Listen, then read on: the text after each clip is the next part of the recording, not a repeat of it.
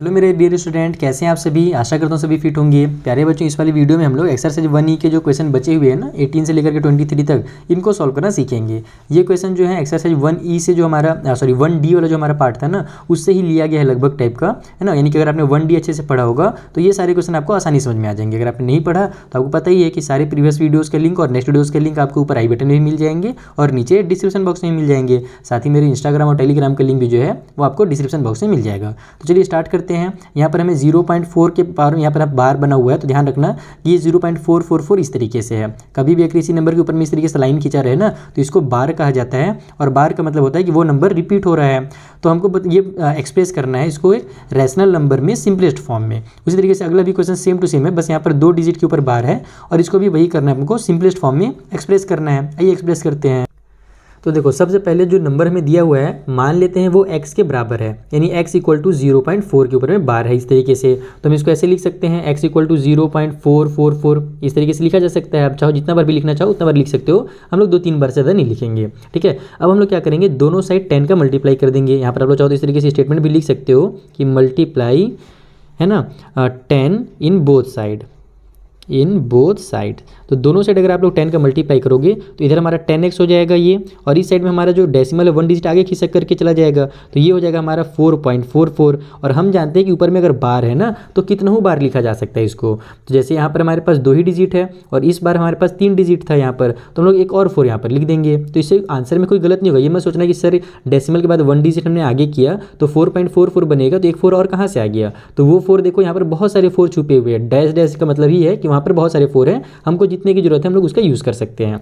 तो अगर यहाँ पर डेसिमल में 3 डिजिट है तो यहाँ भी 3 डिजिट हम लोग रखेंगे। कितना समझ में आ गया। अब आप लोग इसको इक्वेशन नंबर 1 ले लो, इसको इक्वेशन नंबर 2 ले लो, और यहाँ पर 2 में से 1 को सब्ट्रैक्ट कर दो। तो फ्रॉम इक्वेशन 2 माइनस इक्वेशन 1, अगर 2 में से 1 माइनस करेंगे तो क्या होगा, तो 10x में से x माइनस होगा तो 9x आ जाएगा। इक्वल की इस साइड में 4.44 में से 0.44 माइनस होगा, तो 4 तो हमारा जो है इधर 3 और ये 3 आपस में पूरा खत्म हो जाएंगे, माइनस हो जाएंगे पूरी तरीके से, और 4 में से 0 माइनस होगा तो 4 आ जाएगा। तो इस तरीके से आप इसको डायरेक्ट लिखोगे, ठीक है। तो अब यहाँ पर हमारे पास x की वैल्यू चाहिए, तो x = हो जाएगा 4/9, यानी 9 इधर आ जाएगा, इधर मल्टीप्लाई में था x के साथ, इधर आकर के डिवाइड में हो जाएगा। तो यही इसका क्या होगा, सिंपलेस्ट फॉर्म होगा, क्योंकि इसके बाद ये कट नहीं हो रहा है। तो आप लोग इसको ऐसे भी लिख सकते हो, 0.4 के ऊपर बार जो है इसका जो सिंपलेस्ट फॉर्म होगा वो 4/9 होगा।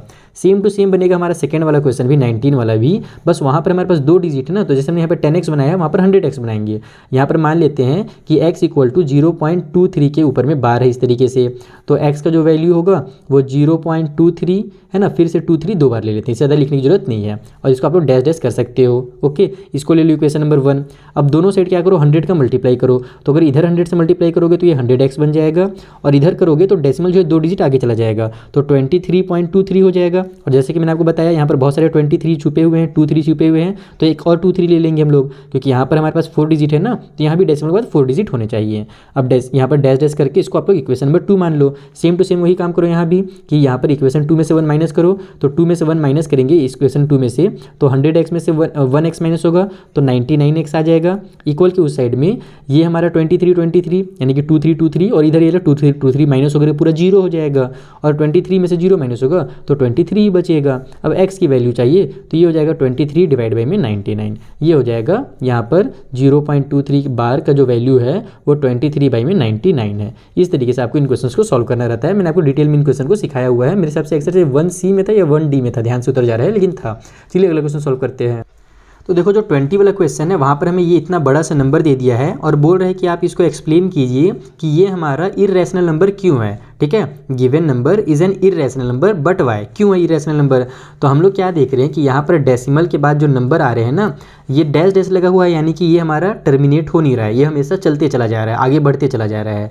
साथ ही साथ हमारा पहले 15 सिंगल जीरो था, फिर 1500 आया, फिर 1500 आया, इसका मतलब 15 फिर 4 टाइम 0 आएगा, फिर 15 5 पीस 0 आएगा। कहने का मतलब है कि ये हमारा यहाँ पर टर्मिनेट भी नहीं हो रहा है और हमारा ये रिपीट भी नहीं हो रहा है, बार बार अलग अलग नंबर आ रहे हैं। तो इसको हम लोग ऐसे लिखेंगे कि this number is non terminating.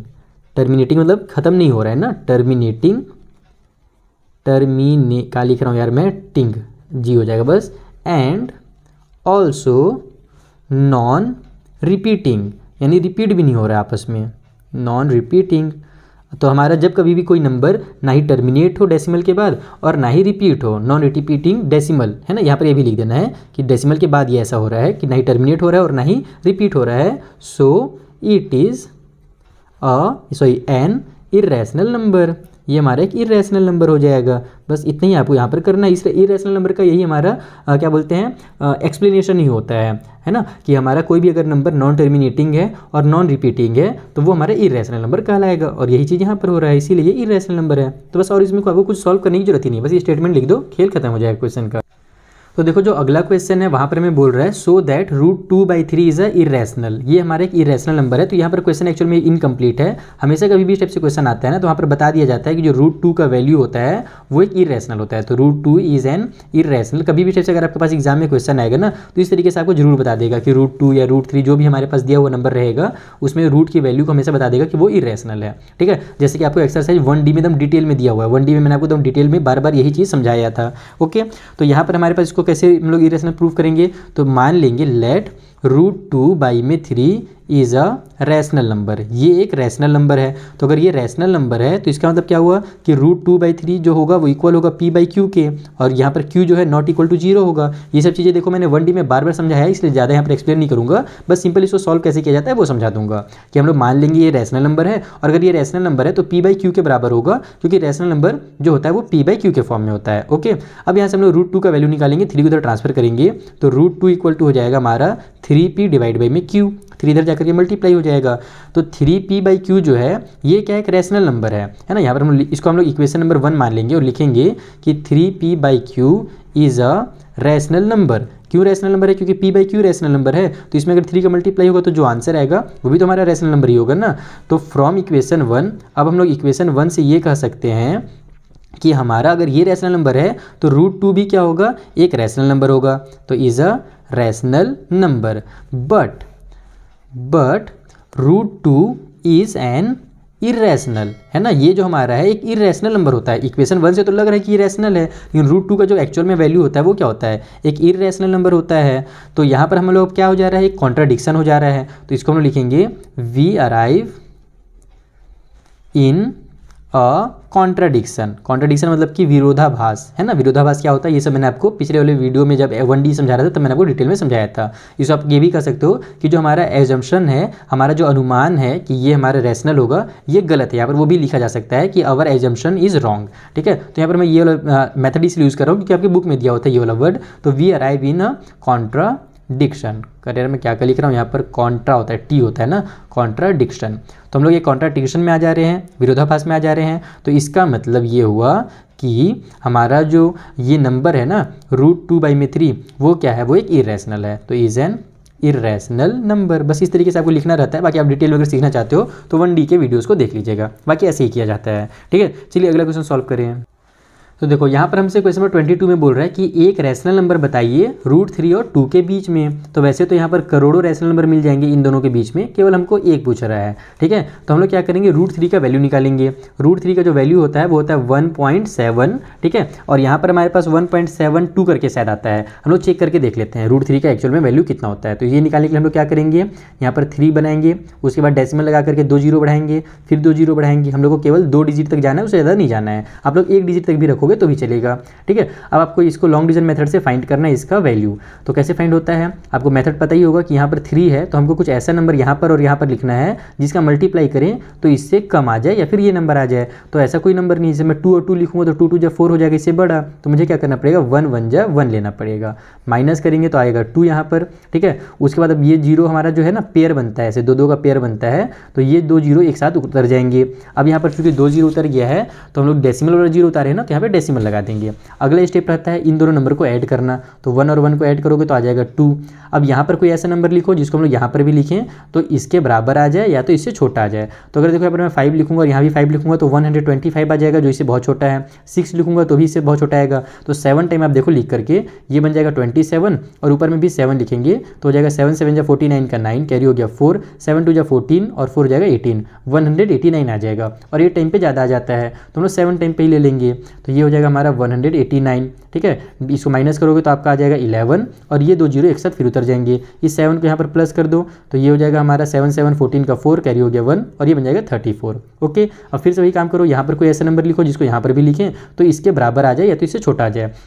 तो अगर मैं 4 टाइम इसका टेबल पढ़ूंगा तो ज़्यादा हो जाएगा, 344 बन जाएगा और उसका 4 से मल्टीप्लाई करेंगे तो ये 1200 से ऊपर चला जाएगा। हमारे पास तो 1100 है तो हम लोग 3 टाइम करके देखते हैं। 343 इंटू 3 करके चेक कर लेते हैं। 3 3 जा 9 हो जाएगा, 3 4 जा 12 का 2 कैरी हो गया 1, 3 3 जा 9 और 1 10, यानी कि 3 टाइम पे आ जा रहा है। तो 3 टाइम पे हमारा 1029 आ गया। अब इसके आगे सॉल्व करने की जरूरत नहीं है, 2 डिजिट तो काफ़ी है, यानी कि इसका जो एक्चुअल वैल्यू होता है 1.73 होता है, ठीक है। अब यहाँ पर √3 का वैल्यू आ गया। अब हम लोग को दूसरा नंबर कौन सा है, 2 है, तो √3 का जो वैल्यू है इन दोनों के बीच में कौन सा नंबर आएगा, देखो 1.73 और यहाँ पर हमारे पास 2 है। अब इसके बीच में बहुत सारे नंबर आपको मिल जाएगा। वैसे तो ये हमारा क्या बोलते हैं एक इरेशनल नंबर है, इसके आगे भी ये बहुत ज़्यादा इसके डिजिट आ सकते हैं, लेकिन आपके बुक में जो आंसर दिया हुआ है वो दिया हुआ है 1.8। तो बिल्कुल 1.7 और 2 के बीच में 1.8 भी आ सकता है, 1.9 भी आ सकता है ना, 1.95 भी लिख सकते हो, 1.85 भी लिख सकते हो। तो जरूरी नहीं कि जो बुक में दिया हो वही लिखो, आप लोग कोई सा भी नंबर लिख सकते हो। बस ध्यान रखना कि वो डेसिमल के फॉर्म में आप लिखना चाहो तो डेसिमल में लिख दो, क्योंकि 1.7 और 2 के बीच में जो नंबर आएंगे वो डेसिमल के फॉर्म में ही आएंगे।